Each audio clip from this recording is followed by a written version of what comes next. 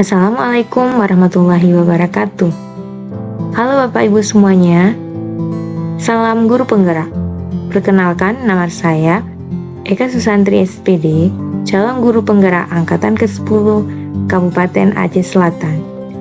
Video kali ini merupakan rencana tindakan untuk aksi nyata budaya positif di sekolah saya. Perkenalkan, Ibu Siti Hawa sebagai fasilitator saya dan Bapak Junaidi Donggoran sebagai pengajar praktik. Latar belakang. Pendidikan hendaknya menuntun tumbuh kembangnya anak sesuai dengan kodrat alam dan kodrat zaman. Pendidikan yang dilakukan harus berpihak pada murid agar menciptakan pendidikan yang efektif dan menyenangkan. Kenyamanan dalam kelas adalah salah satu hal yang sangat penting untuk terwujudnya pendidikan yang efektif dan menyenangkan bagi murid, sehingga akan terwujudnya peningkatan dalam hasil belajar di kelas dan menghasilkan hasil belajar yang maksimal. Dukungan yang dibutuhkan. Yang pertama, seluruh warga sekolah berkolaborasi konsisten menciptakan serta membiasakan budaya positif di sekolah. Yang kedua, kerjasama orang tua atau wali murid untuk konsisten menerapkan budaya positif di lingkungan rumah. Yang terakhir, alat dan bahan seperti kertas, karton, lem, paku, spidol, sticky notes dalam pembuatan keyakinan kelas. Tujuan pertama, menumbuhkan nilai profil pelajar Pancasila melalui pembelajaran yang berpihak pada murid. Yang kedua, menciptakan suasana kelas yang nyaman untuk proses pembelajaran.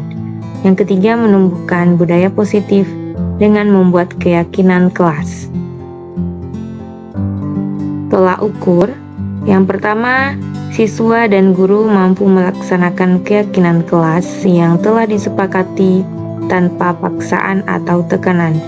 Yang kedua, siswa mampu menunjukkan profil pelajar Pancasila selama proses pembelajaran. Yang ketiga, pembelajaran menjadi menyenangkan bagi semua anggota kelas. 5 tindakan yang akan dilakukan. Yang pertama, mensosialisasikan kepada seluruh warga sekolah tentang budaya positif. Yang kedua, memfasilitasi murid dalam membuat keyakinan kelas hingga selesai dan ditempel di kelas. Yang ketiga, membuat komitmen untuk menjalankan keyakinan kelas yang telah dibuat. Yang keempat, mempraktikkan segitiga restitusi dengan konsisten. Kelima, melaksanakan pembelajaran yang menuntun tumbuhnya karakter profil pelajar Pancasila. Berikut aksi nyata yang telah saya lakukan. Kita mulai ya. Bismillahirrahmanirrahim. Assalamualaikum warahmatullahi wabarakatuh.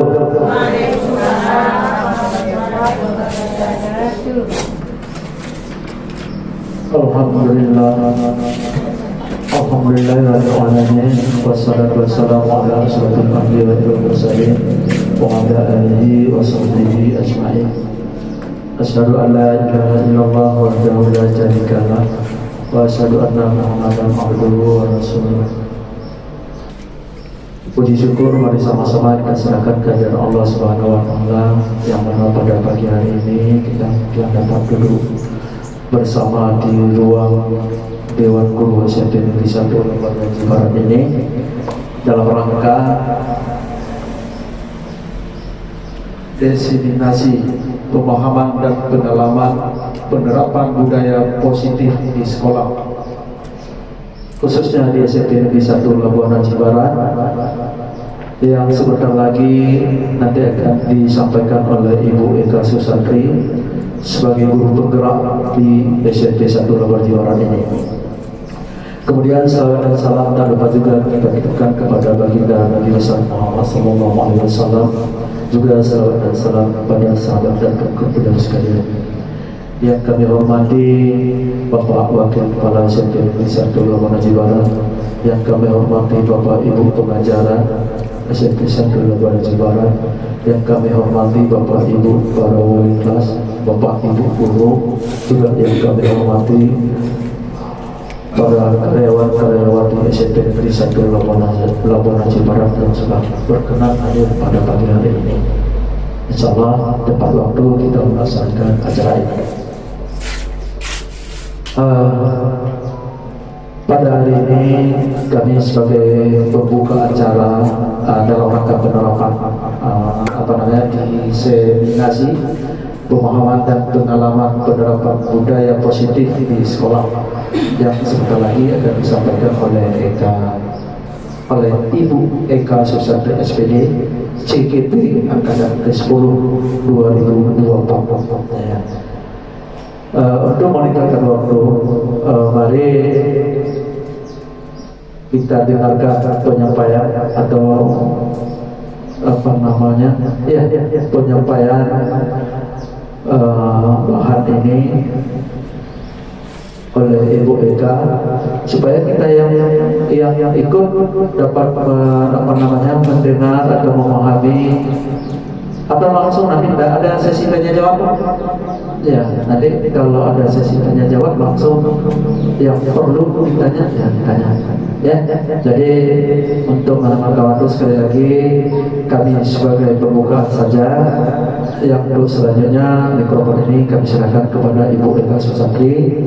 Kepada Ibu Eka kami persilakan.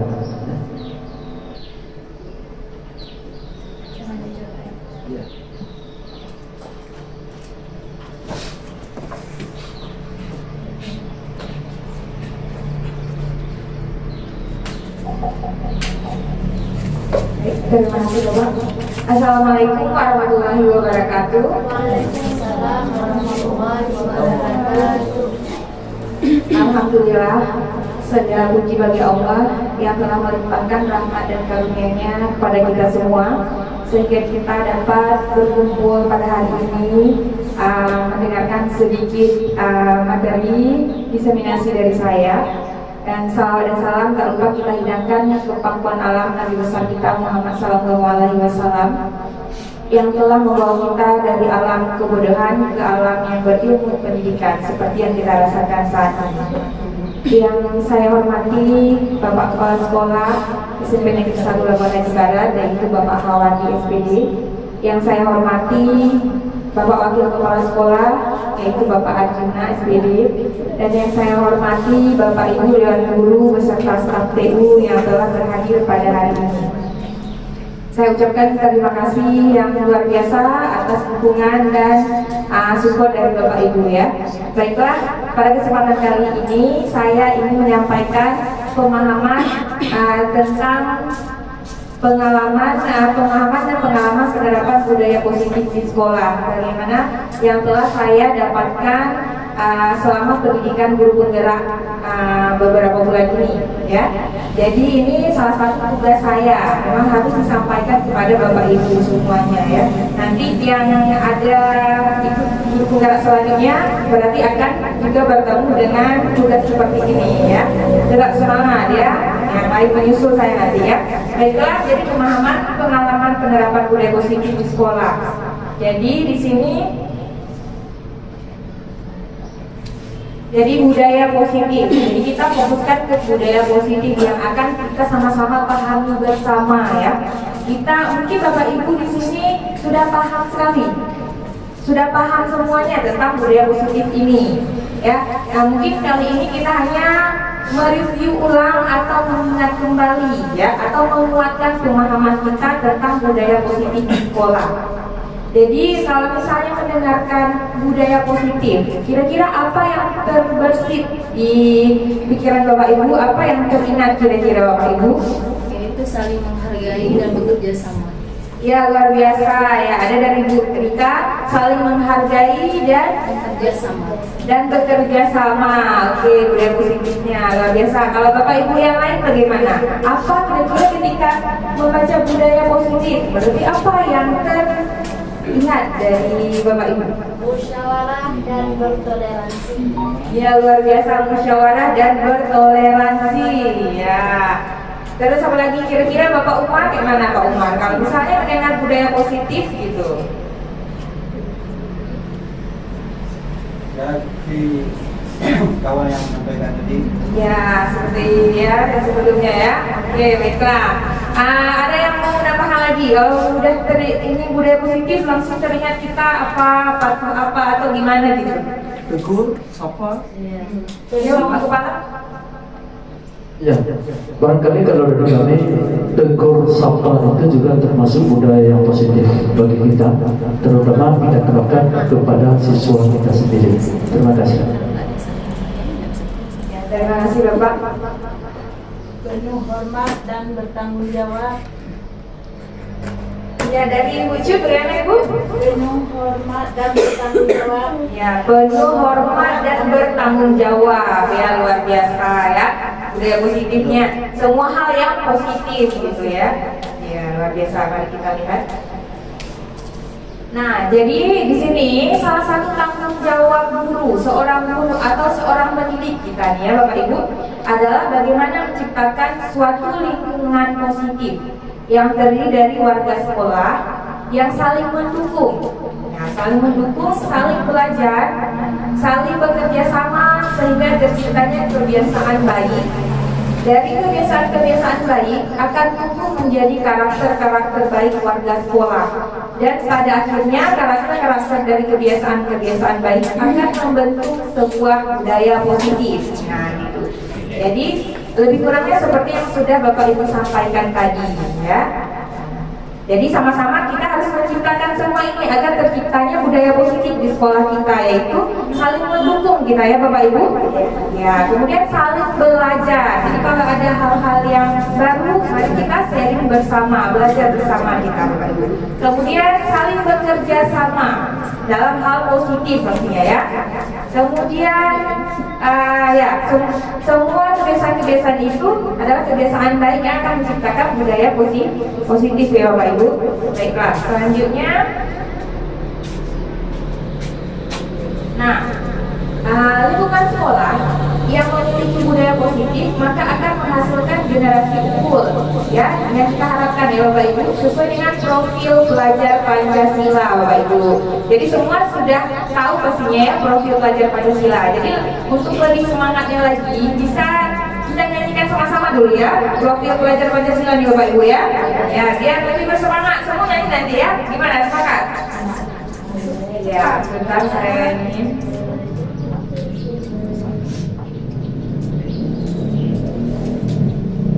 Kemudian untuk yang lagu ini bisa kita terapkan di kelas ya Bapak Ibu untuk ice breaking-nya. Ice breaking di kelas, selain ice breaking yang lain boleh juga pendapat penyanyi profil belajar Pancasila ini Bapak Ibu.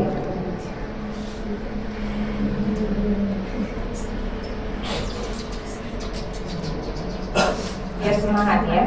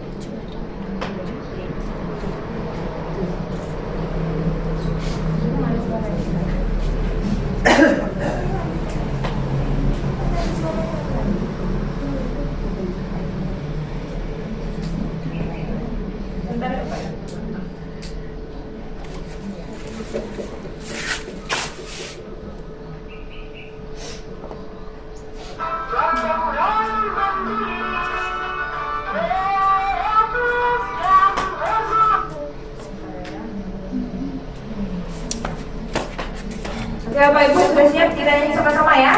Semuanya nyanyi walaupun 5 kali ulang, 5 kali kita ulang ya Bapak Ibu. Ya, satu dulu.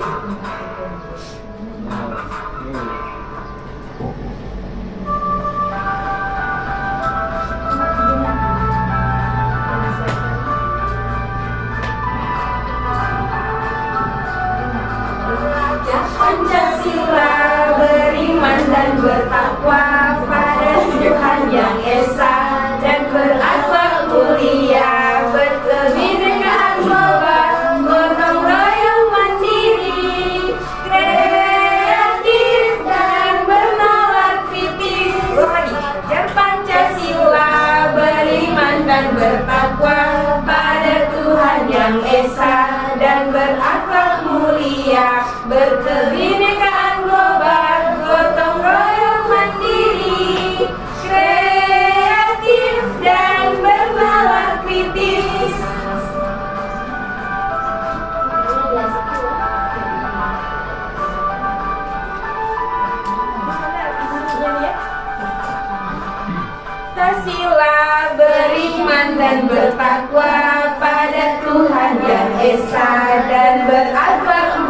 mulia, berkebinekaan global, gotong royong mandiri, kreatif dan bernalar kritis. Satu lagi, belajar Pancasila, beriman dan bertakwa pada Tuhan Yang Esa dan berakhlak mulia, berkebinekaan global, gotong royong mandiri, kreatif dan bernalar kritis.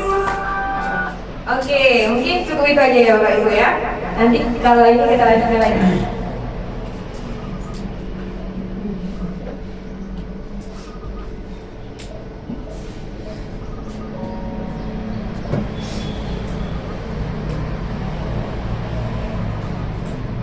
Ya, baik Bapak Ibu, kita lanjutkan kembali ke topik kita yang budaya positif profil pelajar Pancasila ya. Nomor satunya beriman bertakwa kepada Tuhan Yang Maha Esa dan berakhlak mulia. Itu semua kita pastinya sudah tahu ya. Penerapannya sudah kita lakukan bersama ya. Jadi kita mengharapkan siswa-siswa peserta didik kita mempunyai profil pelajar Pancasila ini. Yang kedua itu berkebinekaan global. Yang ketiga bergotong royong. Yang keempat mandiri. Selanjutnya kreatif dan bernalar kritis. Ya. Setelah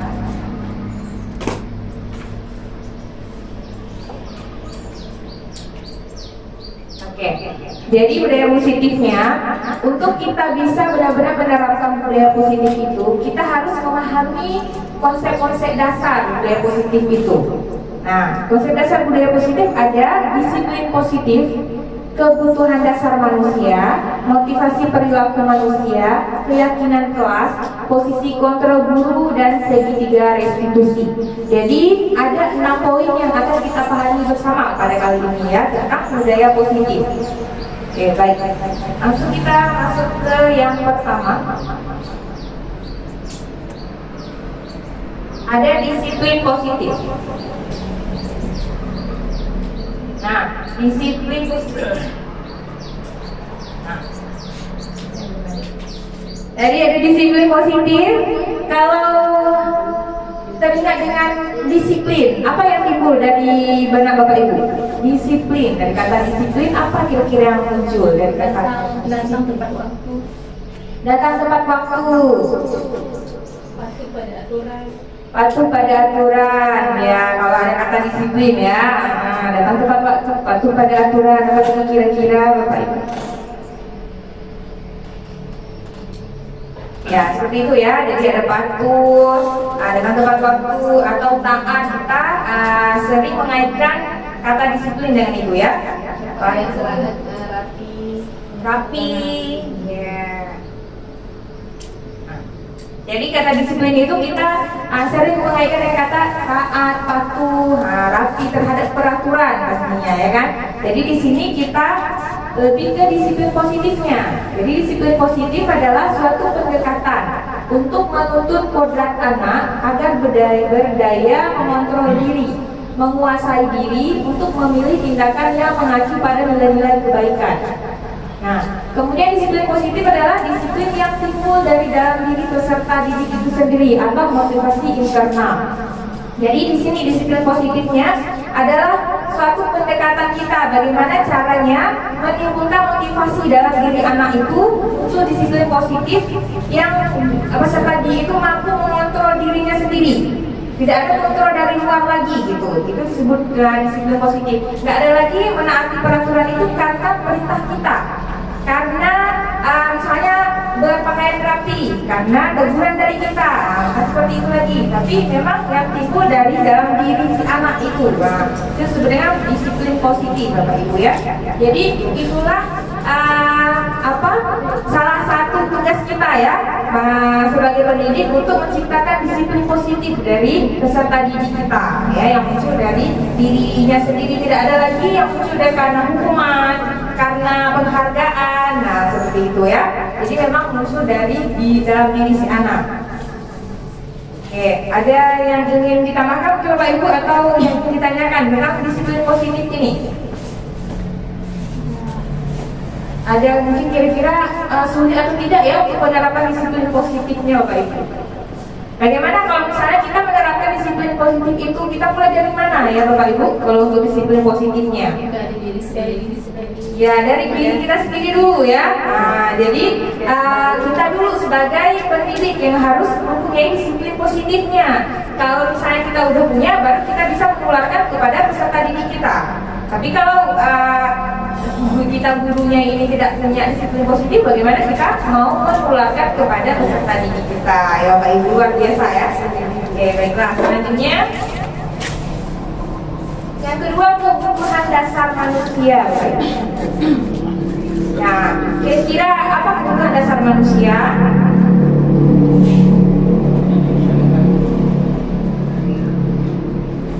Jadi ada 5 kebutuhan dasar manusia, yaitu yang pertama bertahan hidup. Contohnya makan, minum, tempat tinggal. Kemudian yang kedua ada kasih sayang. Nah, di kebutuhan dasar kedua kasih sayang, ada rasa diterima, dipedulikan, kerjasama. Yang ketiga kekuasaan, ada mencari harga diri, memimpin, serasa diakui. Yang keempat kebebasan, mandiri, memiliki pilihan, mencoba hal baru. Yang kelimanya ada kesenangan, ada bermain, tertawa, antusias, semangat. Nah, jadi semua berdasarkan teori kontrol itu menyatakan bahwa perilaku manusia memiliki tujuan. Nah, jadi semuanya kita sama, bukan hanya peserta didik ya, semua kita itu memiliki tujuan dalam berperilaku. Ada tujuan kita, yaitu untuk memenuhi kebutuhan hidup kita tadi, yang 5 tadi itu. Jadi ketika siswa kita melakukan perilaku yang tidak baik, maka saat itu siswa memiliki kebutuhan dasar yang harus dipenuhinya. Nah, contohnya misalnya nomor 1 bertahan hidup. Nah, jadi pagi-pagi siswa-siswi kita sudah langsung ke kantin ya Bapak Ibu kan?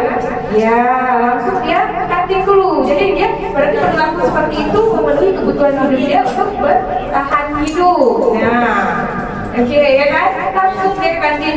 Padahal kita udah mau masuk kelas nih, tapi dia masih di kantin. Jadi kita tidak perlu berpikir terlalu ini. Oh, siswa saya melakukan sesuatu kesalahan, tidak ya Bapak Ibu, karena dia memenuhi kebutuhan tadi ya, kebutuhan dasar manusia dia. Yang keduanya kasih sayang. Nah, kasih sayang karena ada peserta didik kita itu di dalam kelas cari perhatian, bertingkah yang aneh ya kan. Nah, itu berarti dia sedang mencari kasih sayangnya, kebutuhan hidupnya. Kasih sayang ya. Oke, yang ketiganya ada kekuasaan. Kadang ada peserta didik kita itu dalam suatu kelas dia sangat memimpin gitu, ya kan? Berpengaruh terhadap orang lain atau yang lain itu takut sama dia. Nah, kan satu orang takut orang lain. Nah, kenapa kadang kita jarang kali satu orangnya? Berarti dia sedang mencari kebutuhan hidup, kekuasaan. Dia mau berkuasa gitu. Ya, jadi kita tidak boleh juga menyalahkan di sana, ya kan? Nah, semua kelakuan punya tujuan. Yang keempat ada kebebasan. Kebebasan mandiri, memiliki pilihan. Contohnya misalnya dia maunya cara kalau di dalam kelas itu saya mau belajar di luar aja Bu. Nah, saya mau belajar cara kayak gini. Ada kan seperti kita seperti itu? Nah, dia mencari kebebasan untuk belajar tadi ya Pak Ibu. Yang terakhir ada kesenangan. Nah, kalau di dalam kelas itu salah satu contohnya ada yang main di sana, ada yang kadang lari di sini ya gitu. Jadi lagi belajar lagi mencari kesenangan tadi, ya kan? Nah, jadi tergantung Bapak Ibu, tergantung kitanya mengarahkan peserta didik kita. Tapi kita sudah tahu bahwa dia mencari kebutuhan dasar dia. Nah, tidak ada yang salah dengan perilaku peserta didik Bapak Ibu, karena semuanya punya tujuan mencari kebutuhan dasarnya. Oke, bagian ini ada kira-kira yang mau kita diskusikan atau apa? Ya. Tadi kalau menurut saya kebutuhan dasar manusia ini ya. Ya, ada yang ingin diceritakan mungkin ada pengalaman atau apa gitu, belum? Nanti mungkin ya di akhir-akhir ya. Boleh dicatat ya kalau misalnya ada yang ingin didiskusikan. Nah, seperti ini terus bagaimana solusinya? Jadi kita bisa diskusikan bersama.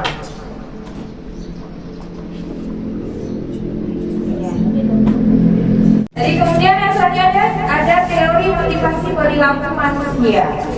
Nah, tadi kebutuhan dasar. Sekarang perilaku manusia. Nah, Jadi menurut Dian Gozen dalam buku Restructuring School Discipline menyatakan ada 3 motivasi perilaku manusia.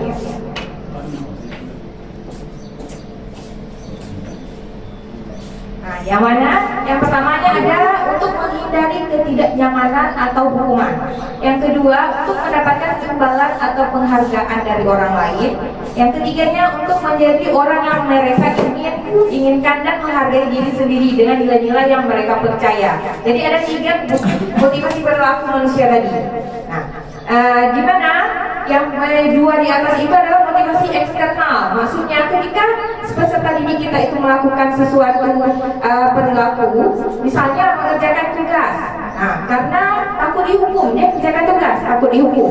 Mengerjakan tugas, mengerjakan PR, takut dihukum sama gurunya, dia kerjakan. Kemudian mungkin agar mendapat penghargaan dari si guru tadi. Nah, jadi 2 motivasi ini berarti masih motivasi dari luar yang timbul. Nah, kemudian yang terakhir, yang ketiga itu motivasi dari dalam diri si anak. Udah tahu dia mengerjakan tugas, mengerjakan PR itu keinginan sendiri karena ingin mencapai kepintaran, keberhasilan. Udah tahu dia, udah timbul dari dalam diri si anak itu. Nah, itu adalah motivasi internalnya. Ya, jadi 3 motivasinya. Ayolah, yang selanjutnya keyakinan kelas. Nah, mungkin sudah pernah dan sering kita lakukan keyakinan kelas Bapak Ibu di kelas. Ada yang sudah, ada yang masih mungkin peraturan kelas. Ya, masih mungkin peraturan kelas. Ya, jadi mulai sekarang boleh kita menerapkan mulai sekarang keyakinan kelas. Ya, Bapak Ibu. Nah, keyakinan kelas itu adalah nilai-nilai kebajikan yang diyakini oleh warga kelas untuk menumbuhkan motivasi internal dan budaya positif di kelas. Nah, jadi itu adalah keyakinan kelas, nilai-nilai yang timbul dari peserta didik kita semua. Nah, kalau peraturan kelas itu masih dari kita munculkan dari guru, tapi kalau keyakinan kelas lebih dari keyakinan si anak itu mau bagaimana lingkungan kelasnya gitu. Jadi itu adalah keyakinan kelas. Kemudian pertanyaannya, mengapa keyakinan kelas? Mengapa tidak peraturan kelas? Nah, gitu. Jadi jawabannya adalah suatu keyakinan akan lebih memotivasi seseorang. Nah, dari dalam atau motivasi secara intrinsik atau internal tadi. Seseorang akan lebih tergerak dan bersemangat untuk menjalankan keyakinannya daripada hanya sekedar mengikuti serangkaian peraturan yang mengatur mereka harus berlaku begini atau begitu, yang membuat ketidaknyamanan dan keterpaksaan. Nah, itu makanya harus keyakinan kelas. Nah, kan peraturan lagi. Jadi sebaiknya Bapak Ibu tidak hanya wali kelas aja yang menerapkan keyakinan kelas, tapi Bapak Ibu semua diharapkan untuk menerapkan keyakinan kelas agar kelasnya efektif. Contohnya, misalnya sebelum ketika masuk kelas, setelah ice breaking, setelah atau apa, kita kembali menanyakan keyakinan kelas kita apa anak-anak. Kalau misalnya belum kita mulai, berarti kita mulai dari dulu dengan keyakinan kelas. Baiklah anak-anak, hari ini kita buat keyakinan kelas kita. Gitu. Jadi nanti kita jelaskan apa itu keyakinan kelas. Kemudian kita harus membuat keyakinan kelas itu semua warga kelas itu harus ikut serta, harus memberi masukan. Misalnya nanti keyakinan kelas misalnya dari Ibu Rahima ada menghargai misalnya. Nanti yang kemudian dari Ibu Mary misalnya apa kira-kira keyakinan kelasnya tepat waktu, seperti itu. Kemudian ada dari wujud disiplin, seperti itu. Dari yang timbul dari peserta didiknya, berarti dia sadar, oh saya harus disiplin nih, karena dia yang ucap, dia yang timbul dari diri dia tadi, ya kan? Kemudian harus menghargai guru, menghargai apa? Jadi yang timbul dari dalam diri si anak tadi, ya. Jadi keyakinan kelas. Oke, mau didiskusikan ini dulu atau nanti Bapak Ibu? Ada yang ingin ditanyakan untuk bagian ini dulu atau bagaimana? Lanjut dulu ya. Baiklah. Nah, yang selanjutnya adalah posisi kontrol guru. Nah, ini yang benar-benar harus kita pahami ini, posisi kontrol guru. Nah, kita sebagai guru ya kan? Nah, jadi ada 5 posisi kontrol guru Bapak Ibu. Yang pertama ada sebagai penghukum. Kemudian yang kedua ada membuat merasa bersalah. Yang ketiga sebagai teman, yang keempatnya sebagai pemantau, dan yang kelima yang terakhir ada sebagai manajer. Nah, jadi 5 posisi kontrol guru. Pak Umar bagaimana Pak Umar? Dari 5 posisi kontrol guru ini yang sering Bapak terapkan yang mana kira-kira? 5 posisi kontrol guru ini. Kita saling jujur aja biar kita sama-sama memperbaiki ya kan. Kalau saya nih Bapak Ibu, saya sering sebagai penghukum, ada saya nih. Terus membuat merasa bersalah mungkin sesekali. Kemudian sebagai teman lebih sering saya nih. Teman, terus pemantau sesekali juga. Kalau di tahap manajer mungkin saya belum sampai di situ. Mungkin tapi setelah belajar materi ini sudah ada sedikit ke posisi manajernya. Nah, kalau Pak Umar bagaimana? Yang sering menerapkan posisi kontrol yang mana itu Pak Umar? Penghukum, oke, ya kita semua kayak penghukum semua ya kan? Sebagai guru, sebagai teman, sebagai teman, kan?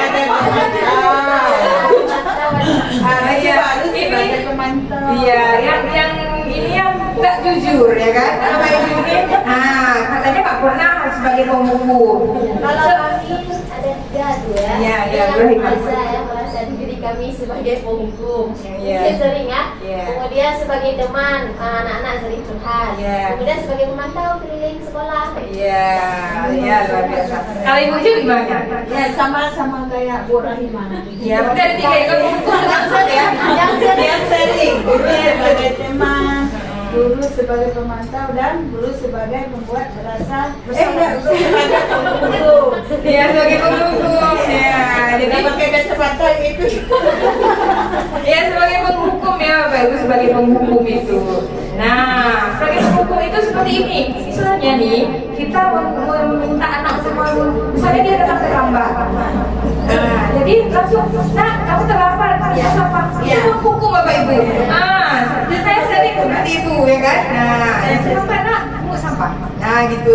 Kamu telat masuk kelas. Jadi sampah 5 biji masuk ke sampah. Padahal maksud kita untuk kebersihan kelas, tapi itu posisi kontrol sebagai penghukum ya. Kalau Indonesia bagaimana? Sebagai penghukum, sebagai teman, sekali lagi pemantau. Oke, luar biasa ya. Baiklah, mari kita pahami satu-satu posisinya sebagai penghukum. Nah, seorang penghukum biasa menggunakan hukuman fisik, atau verbal atau non fisik ya kan. Seperti misalnya kalau olahraga mungkin Pak Umar terlambat, menghukum push up dulu berapa kali atau keliling lapangan dulu. Nah, seperti itu hukuman fisiknya ya kan. Kalau kita seperti yang tadi mau sampah.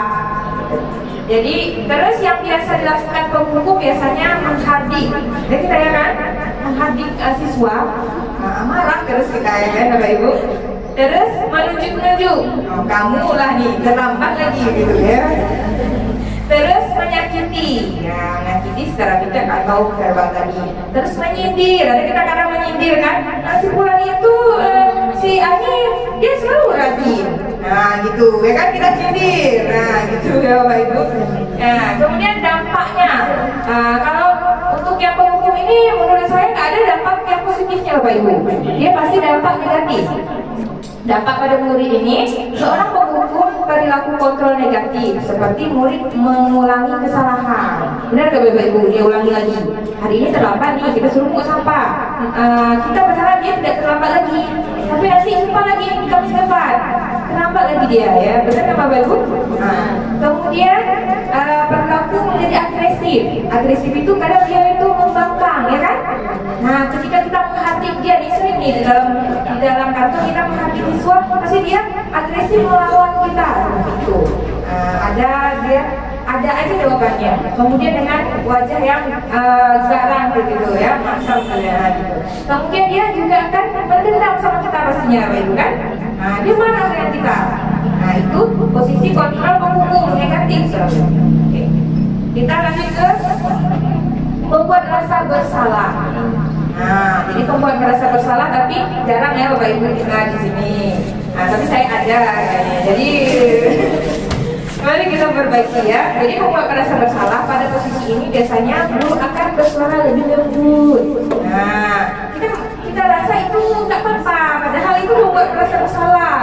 Ya betul. Terus dilakukan dengan merasa bersalah biasanya berceramah. Nah, itu. Nah, sebaiknya kan kamu misalnya kayak gini kita bilang. Ibu sangat kecewa sekali sama kamu nak. Harusnya kan nilai kamu bisa lebih bagus. Nah, tapi kamu kenapa nggak sampai ke kalian? Nah, itu Bapak Ibu membuat merasa bersalah.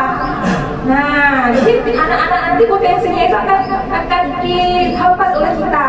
Dia akan merasa saya ini nggak bisa nih, salah saya nih. Nah, seperti itu.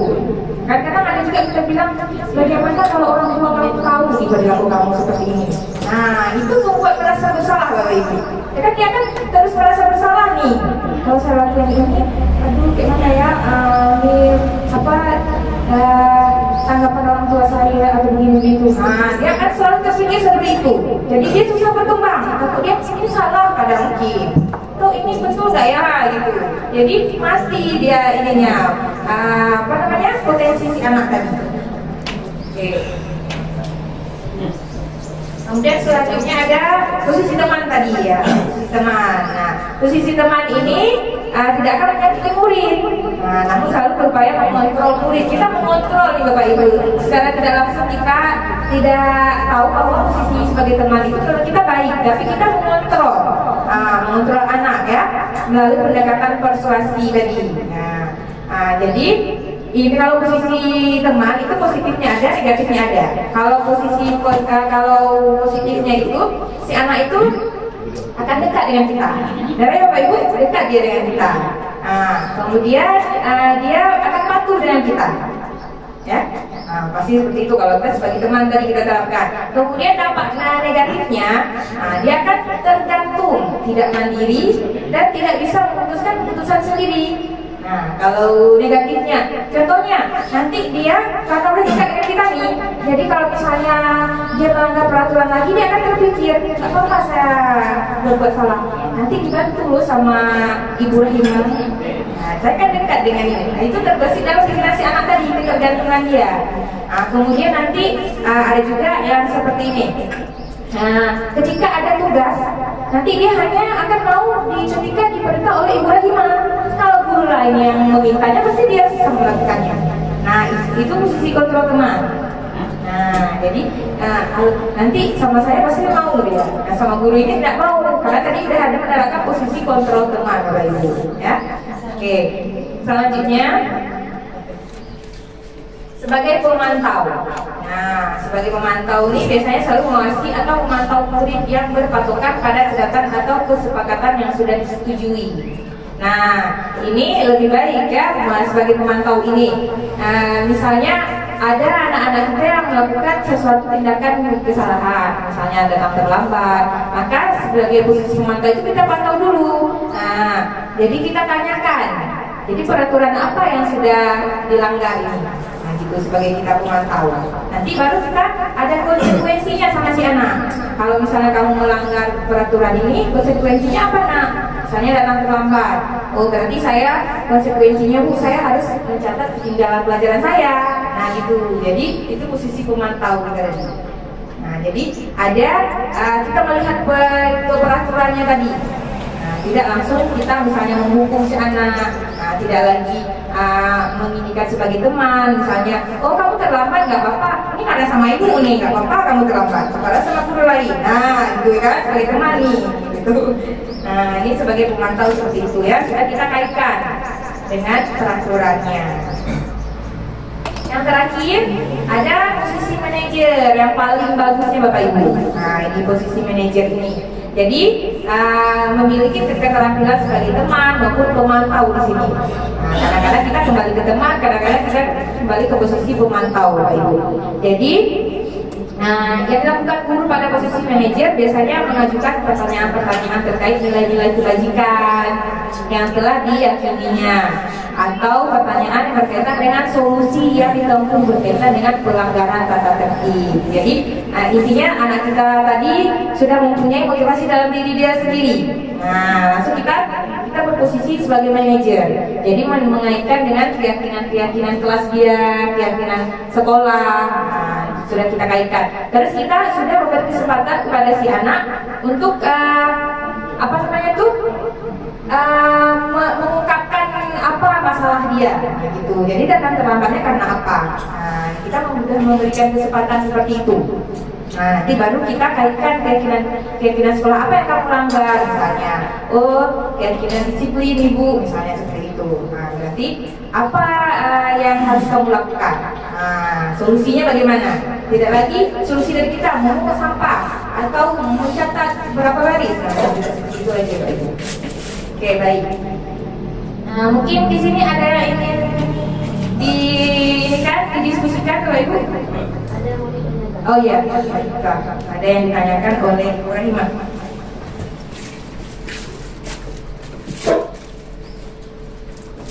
Assalamualaikum warahmatullahi wabarakatuh. Waalaikumsalam warahmatullahi wabarakatuh. Untuk menghemat waktu, kata pengantarnya tadi penghormatannya diberikan saja kepada yang terdahulu.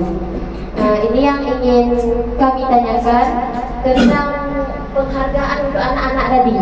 Apakah memberikan penghargaan dapat mendisiplinkan seorang anak ataupun banyak anak?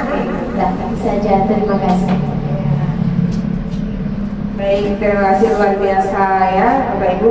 Pertanyaan dari Bu Rahimah, kalau memberikan penghargaan Bapak Ibu, penghargaan itu baik sebagai ada bentuk hadiah atau penghargaan langsung, misalnya luar biasa baik atau seperti itu. Nah, jadi bagaimana Bapak Ibu, apakah akan mendisiplinkan anak kalau kita memberi penghargaan? Nah, mungkin bisa saya coba jawab dulu ya, nanti boleh Bapak Ibu tambahkan. Jadi menurut saya kalau kita memberi penghargaan itu mungkin bisa memberi disiplin kepada anak, tapi dia akan tidak berjangka lama, tidak bertahan lama.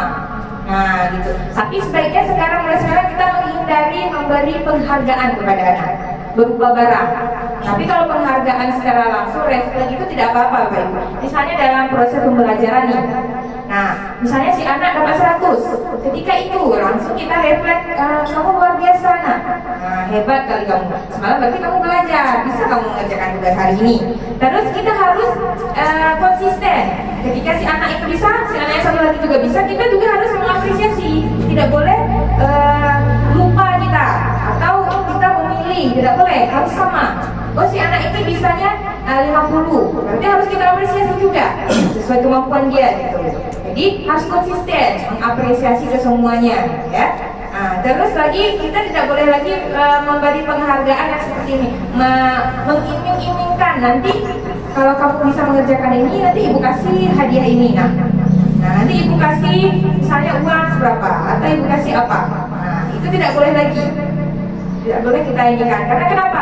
Itu akan menghambat potensi si anak juga. Karena dia akan tergantung kepada penghargaan itu melakukan sesuatu. Jadi ketika tidak ada penghargaan, maka si anak tidak akan mau bersemangat melakukannya lagi. Nah, gitu. Jadi kita hilangkan mulai sekarang penghargaan berupa hadiah. Nah, penghargaan refleks itu boleh. Tapi kalau misalnya kita iming-imingkan dulu, tidak boleh seperti itu. Jadi langsung refleks dari kita. Nah, ya, untuk memperkuat tadi, memperkuat potensi dia, kita beri apresiasi luar biasa, sangat bagus, tugas kamu ini gitu. Nah, tidak berupa benda ya, seperti itu. Mungkin ada yang mau menambahkan atau bercurhat hari ini? Belum ya Bapak Ibu? Oh ada lagi. Ini tentang 5 kebutuhan dasar manusia tadi. Yang pertama bertahan hidup, yang kedua kasih sayang, yang ketiga kekuasaan, keempat kebebasan, dan kelima kesenangan. Kan ada tuh anak-anak yang super aktif. Ini super aktifnya lebih kepada nakal dia di kelas Bu. Nah, nakal dia di kelas. Pokoknya lain lah. Yang habis itu kan dia tadi ini berkuasa, lebih kepada Mencari kekuasaan. mencari kekuasaan poin ketiga, harga diri, memimpin dan rasa diakui. anak-anak yang nakal tuh seharusnya kan lebih cenderung untuk kita, kamu jangan nakal, mengganggu yang lain. Sedangkan di sini poin dia itu anak nggak salah, dia nggak salah. Jadi bagaimana inisiatif kita sebagai guru untuk menangani anak yang super duper kayak gitu? Ya, luar biasa. Pertanyaan yang luar biasa ya, dari Ibu Rahima. Nah, Bapak Ibu, kalau untuk pertanyaan itu berarti ke poin kita selanjutnya. Kita lanjutkan dulu ya, Bu Rahima, nanti baru sekalian kita jawab ya. Nah, bagus sekali pertanyaan itu. Ke poin bagaimana mengatasinya. Masuklah ke poin segitiga restitusi, Bapak Ibu. Ini yang terakhir. Jadi segitiga restitusi. Jadi ada 3 tahap segitiga restitusi, Bapak Ibu. Yang pertama, menstabilkan identitas. Kedua, validasi tindakan yang salah. Yang ketiga, menanyakan keyakinan kelas. Nah, itu cara kita menangani sebagai manajer tadi, posisi manajer kita. Jadi kita masuk ke yang pertama, menstabilkan identitas. Jadi bertujuan untuk mengubah identitas anak yang gagal karena melakukan kesalahan menjadi orang yang sukses. Dari merasa sedih dan emosional hingga mampu menggunakan fungsi rasionalnya. Nah, seperti ini di posisi menstabilkan identitas, Bapak Ibu. Misalnya tadi ada kejadian si anak yang berperilaku menguasai gitu, nakal istilahnya di dalam mengganggu di yang lain di dalam kelas.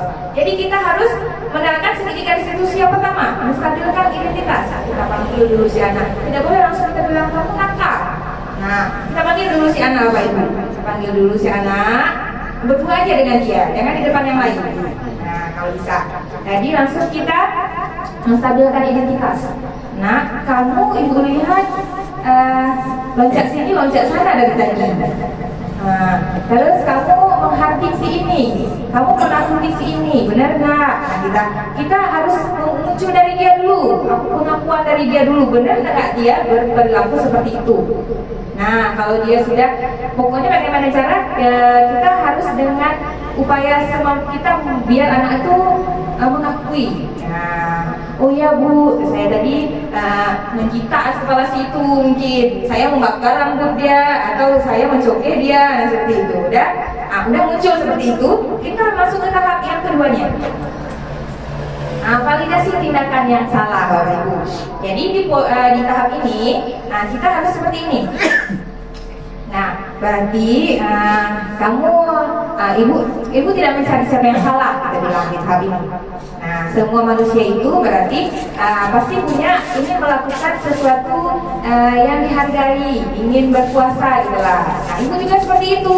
Ketika kamu tidak memperhatikan ibu menegur kamu agar kamu perhatian kan sama ibu. Nah, mungkin kamu ingin diperhatikan sama kawan kamu, nah makanya kamu mencokeh mungkin. Nah, kita bilang seperti itu. Nah, kemudian kita dengar dari dia apa keluhan dari dia. Kita tanya juga, mengapa nak kamu tadi mengganggu kawan kamu, mengapa kamu berkeliling kelas, atau kamu misalnya apa dia nakalnya membakar rambut kawan. Kenapa dulu? Nah, kita tanya dulu. Kita harus mendengarkan penjelasan dari dia. Nah, dia akan menjelaskan tuh Bu. Nanti dia bilang, saya kesal sama dia. Dia ini sering menginikan saya atau apa? Nah, atau saya senang aja Bu merasakan kayak gitu. Agar saya dia nanti saya senang Bu. Misalnya seperti itu. Ya kan ada anak kita seperti itu kan? Nah, jadi bagaimana cara harus ke validasi tindakan yang salah nih. Akan membuat dia seperti ini, memahami kebutuhan apa yang sedang berusaha dipenuhi si anak tadi, apa membutuhkan kebutuhan kekuasaan, dari itu. Nah, kemudian baru kita masuk ke tahap yang ketiga ini, menanyakan keyakinan kelas. Nah, jadi intinya kita tadi udah menerapkan keyakinan kelas. Nah, baru kita sambung lagi sini. Berarti, ketika kamu tadi itu sesuai tidak dengan keyakinan kelas kita, yang sudah kita terapkan. Nanti dia harus bagaimana bisa mengucapkan, tidak Bu, tidak sesuai misalnya. Jadi keyakinan kelas yang mana yang kamu langgar? Nah, berarti tidak menghargai sesama teman. Atau apalagi keyakinan kelas yang dilanggar nanti harus muncul dari diri si anak itu karena sudah terbiasa tadi menerapkan keyakinan kelas Bapak Ibu. Kemudian di sini di tahap ketiga ini kita minta solusi dari dia Bapak Ibu. Nah, tidak solusi dari kita lagi. Nah, jadi ceritanya sekarang agar apa keyakinan kelas sudah tahu, solusinya bagaimana? Nah, kamu harus bagaimana nih ceritanya? Nah, nanti ada juga saya harus minta maaf Bu, saya harus begini gitu. Nah, harus timbul dari diri si anak tadi. Nah, seperti itu. Jadi kita harus mulai sekarang menerapkan segitiga restitusi. Kira-kira bisa nggak Bapak Ibu? Bisa ya, kalau kita coba terapkan bisa.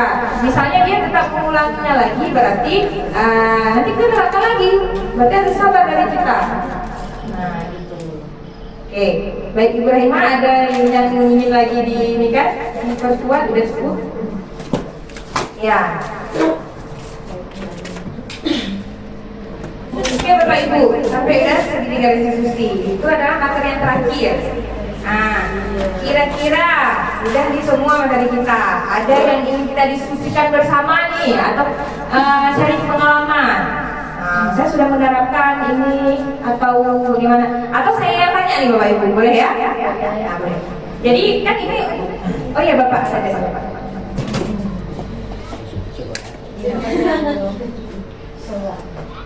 Sudah panggil musuh. Panggil. Ini saya coba ya. Tadi sudah Direkam. kita sudah ibu bahas, sudah panjang lebar ya. Semuanya itu ya bagus. Tetapi ini kami tanggapi tentang budaya positif di sekolah tadi. Budaya positif di sekolah tadi, kalau kita lihat sekarang rujukannya di mana diambil? Karena kalau kita lihat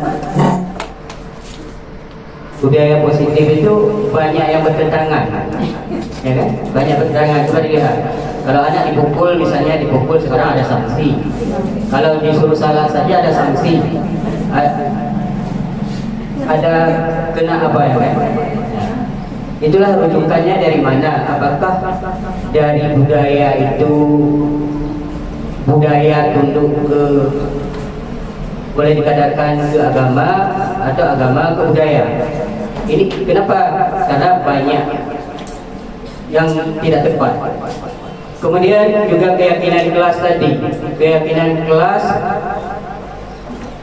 sebenarnya sudah waktu dipilih ketua kelas, wali kelas itu sudah memberikan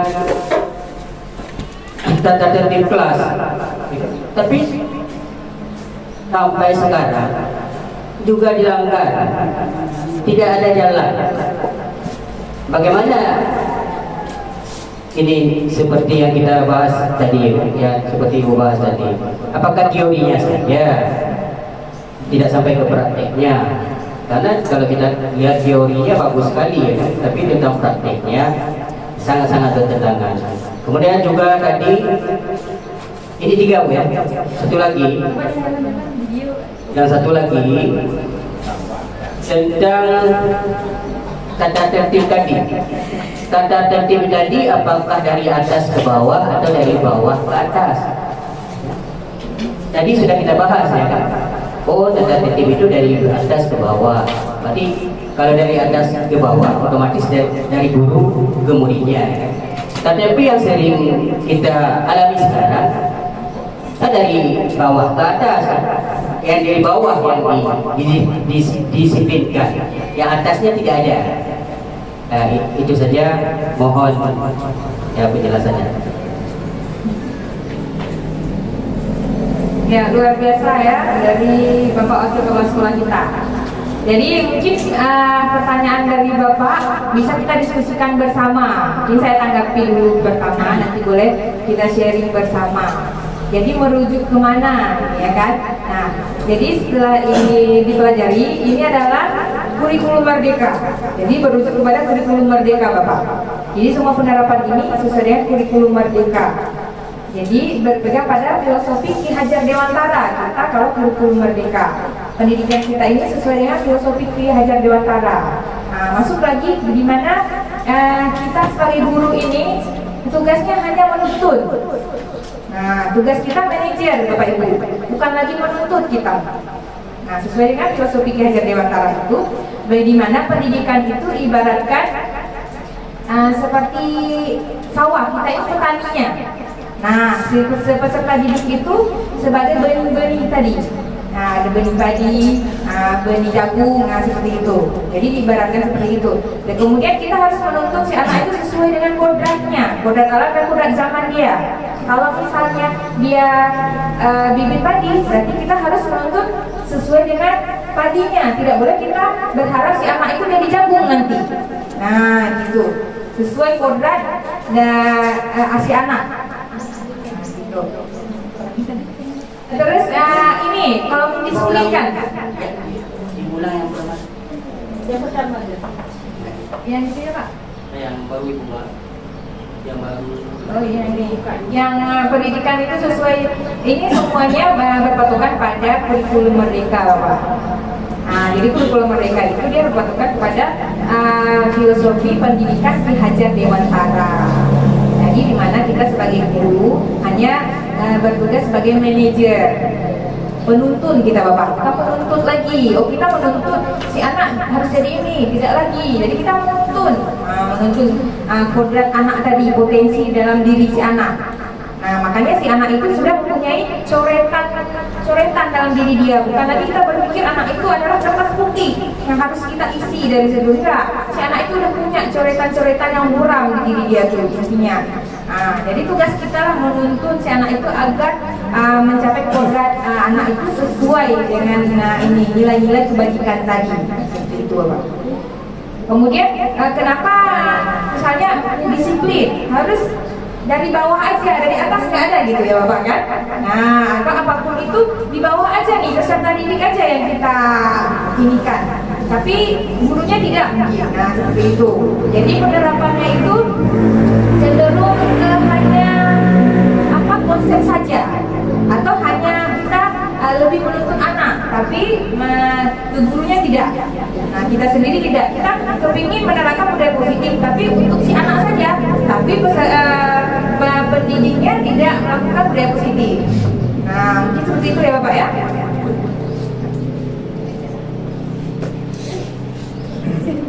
Nah, jadi kenapa ini ya kan? Jadi mulai sekarang harus inilah kita sama-sama ya saling menerapkan budaya positif Bapak Ibu. Jadi sudah kita tahu seperti itu, maka kita harus benar-benar menerapkan budaya positif dan mulai dari kita sebagai guru. Baru nanti kita tularkan kepada peserta didik kita. Jadi kita benar-benar memahami 5 posisi kontrol guru, kebutuhan manusia seperti ini segitiga institusi.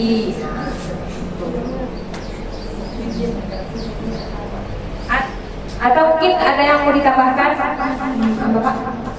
Enggak. Yang lain. Oke lah, baiklah Bapak Ibu. Mungkin cukup di sini dulu diskusi kita tentang pemahaman budaya positif. Lebih dan kurang saya mohon maaf nih, saya ucapkan sekali lagi terima kasih Bapak Ibu untuk dukungan dan motivasinya, supportnya, kerjasamanya, kolaborasi pada hari ini. Saya akhiri, wabillahi taufiq wal hidayah. Wassalamualaikum warahmatullahi wabarakatuh. Assalamualaikum warahmatullahi wabarakatuh. Perkenalkan, nama saya Rahimatul Mi'raj. Saya guru di SMP Negeri 1 Labuhan Haji Barat. Di sini saya akan memberikan sedikit saran ataupun kesan untuk Bu Eka sebagai calon guru penggerak angkatan 10. Tadi barusan Ibu Eka memaparkan tentang budaya positif ataupun disiplin positif. Menurut saya, pemahaman tentang bagaimana Bu Eka yang tampil tadi itu sudah sangat baik pemahamannya. Ibu Eka waktu mempresentasikan cara menyampaikan materinya itu sudah oke. Kemudian mudah dipahami oleh rekan kerjanya. Kemudian sudah terlihat di hari-hari biasanya Ibu Eka itu mempraktekkan cara bagaimana budaya positif itu untuk diterapkan dengan sesama, baik itu dengan murid ataupun dengan guru. Kemudian kolaborasinya sudah mulai terlihat juga. Ibu Eka sudah mau berbagi tentang bagaimana itu penerapan guru penggerak. Intinya di guru penggerak itu Ibu Eka sering memperlihatkan yang baik-baiknya, kemudian sering berbagi. Di situ terletak kolaborasi dari Bu Eka. Kemudian untuk selanjutnya kami harapkan dari guru-guru ini di sini semua, semoga Bu Eka semakin di depannya itu semakin di depan lah ya, tidak di situ-situ aja. Kemudian selalu memberikan hal-hal yang energi positif untuk kami guru-guru biasa ini. Sudah, terima kasih. Wassalamualaikum warahmatullahi wabarakatuh. Assalamualaikum warahmatullahi wabarakatuh. Perkenalkan, nama saya Panani SBD, Guru SMP Negeri 1 Labuan Nahdi Barat. Mengenai pendapat saya tentang Bu Eka yang mengikuti calon guru penggerak ini dengan budaya positif atau disiplin positif ya. Nah, yang pertama itu sangat bagus dan diterapkan, dan tentu diterapkan untuk lingkungan sekolah kita sehingga kita bisa ditetapkan lebih disiplin lagi. Kemudian nomor 2, murid harus selalu dibimbing dengan adanya budaya positif, kolaborasi mudah diterapkan di lingkungan sekolah tersebut. Kemudian yang ketiga, semoga kolaborasi atau penerapan budaya positif tersebut ini membuat kita sekolah kita lebih maju lagi. Sekian dan terima kasih. Assalamualaikum warahmatullahi wabarakatuh. Assalamualaikum warahmatullahi wabarakatuh. Waalaikumsalam warahmatullahi wabarakatuh. Oke anak-anak, sebelum kita mulai belajar, kita membuat keyakinan kelas kita dulu agar kelas kita terasa nyaman dan aman, efektif dalam belajarnya ya. Ya, jadi seperti biasa, udah tahu kan keyakinan kelas itu apa? Jadi keyakinan kelas itu adalah peraturan, tapi ini lebih menyepakatinya. Jadi kita bersama-sama menyepakati apa keyakinan kelas kita. Jadi harus kita pahami agar pembelajaran kita efektif ya. Nah, sekarang siapa yang kira-kira mau menyampaikan ide untuk keyakinan kelas kita? Kira-kira apa ide untuk keyakinan kelas kita itu? Coba tunjuk tangannya siapa saja. Yuk. Ya Zahra, oke Zahra. Coba maju ke depan, tulis coba tulis apa keyakinan kelasnya. Biar semua kawan yang lain melihat. Ada saksi dulu ya.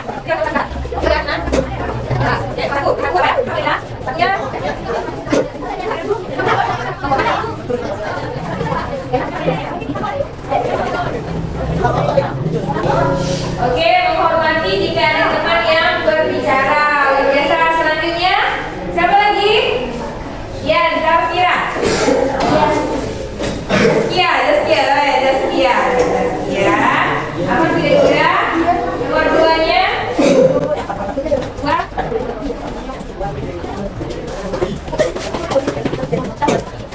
Menjaga kelas tetap bersih. Oke, luar biasa idenya. Selanjutnya itu oke, coba. Nabil, coba. Nabil. Apa? Nabil.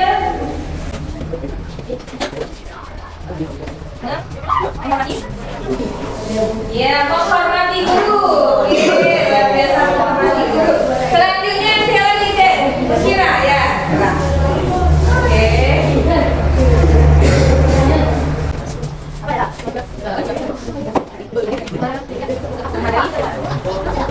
Menghargai pendapat. Bagus. Coba lagi. Rifki.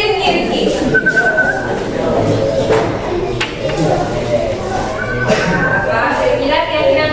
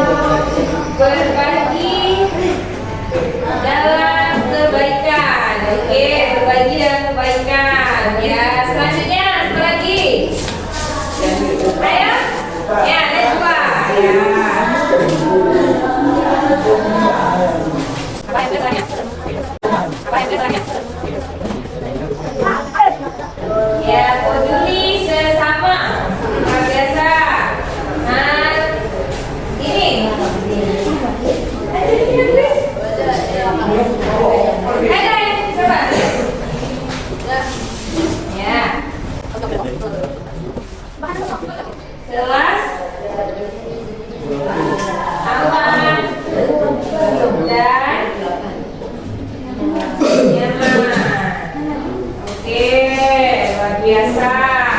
Ada lagi? Ada lagi? Iya, Safira. Ada. Safira.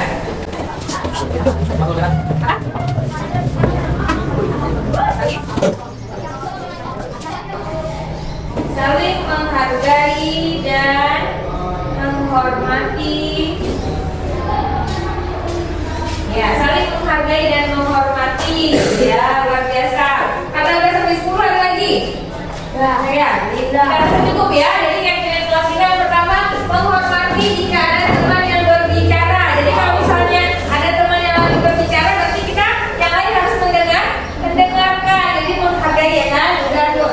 Menjaga kelas tetap bersih. Jadi kelasnya tetap bersih. Buang sampah ke buang sampah. Oke, menghormati guru ya. Ketika guru lagi menjelaskan, berarti kita harus mendengar. Selanjutnya, menghargai pendapat kawan. Hampir sama dengan menghormati ya.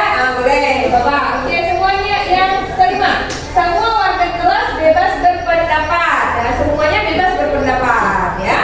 Kemudian kelas menyenangkan. Jadi kita sama-sama menciptakan kelas yang menyenangkan.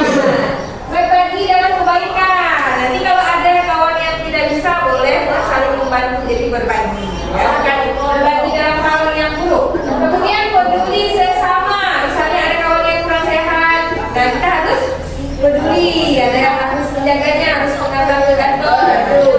Kemudian kelas aman dan nyaman. Ya, sama kayak yang tadi ya. Kelas yang menyenangkan. Kalau menyenangkan itu pasti aman dan nyaman. Oke, bagus. Terus yang terakhir, saling menghargai dan menghormati. Jadi kalian menghargai guru menghargai kalian. Jadi sama-sama saling menghargai. Jadi semuanya harus diterapkan ya kegiatan kelasnya agar pembelajaran kita hari ini menyenangkan. Oke, ada siap? Rifki, ibu mendapat laporan dari beberapa guru bahwa Rifki sering tidak hadir sekolah. Menurut Rifki, berapa kali sudah Rifki tidak hadir sekolah dalam bulan ini? Sudah 6 kali. Tidak hadir ke sekolah tanpa pemberitahuan itu suatu kesalahan bukan? Iya, Bu. Berbuat kesalahan itu manusiawi, setiap orang, bahkan ibu juga pernah melakukan kesalahan. Yang terpenting kita bisa belajar dari kesalahan tersebut dan berusaha untuk memperbaiki. Setuju? Setuju, Bu. Rifki, mari kita cari solusinya bersama ya. Ya, Bu. Rifki sering tidak hadir, pasti punya alasan. Kenapa Rifki sering tidak hadir? Karena saya sering begadang, Bu, sambil main HP. Jadi tidurnya telat dan susah bangun, Bu. Kamu tahu keyakinan kelas yang sudah kita sepakati? Tahu, Bu. Kalau tidak hadir tanpa pemberitahuan itu sesuai dengan keyakinan kelas kita tidak? Tidak, Bu. Menurut Rifki, keyakinan kelas mana yang sudah Rifki langgar? Disiplin, Bu. Disiplin itu penting tidak? Penting, Bu. Disiplin dapat membuat saya menghargai waktu, Bu. Ya, benar sekali. Disiplin dapat membuat semua kegiatan kita dapat terlaksana dengan baik. Ya, Bu, saya menyesal sudah sering tidak ada ke sekolah tanpa kabar, Bu. Saya mohon maaf, Bu. Iya Rifki, sikap yang baik yang sudah Rifki lakukan dengan meminta maaf. Menurut Rifki, apa yang akan Rifki lakukan agar bisa hadir ke sekolah dan tidak lupa lagi? Saya tidak akan begadang lagi, Bu. Dan tidur lebih cepat agar saya bisa mudah dan cepat bangun di pagi hari, Bu. Ya. Baik Rifki, kamu sudah menemukan solusinya. Ibu juga akan bekerja sama dengan orang tua Rifki agar Rifki tidak hadir tanpa keterangan lagi. Sekarang silakan kembali ke kelas ya. Baik, Bu. Terima kasih, Bu. Sama-sama. Ya, Assalamualaikum warahmatullahi wabarakatuh. Perkenalkan, nama saya Muhammad Rifki dari kelas 81. Terima kasih Ibu Eka, saya senang sekali diajak diskusi untuk menemukan solusi atas kesalahan yang telah saya lakukan. Assalamualaikum warahmatullahi wabarakatuh.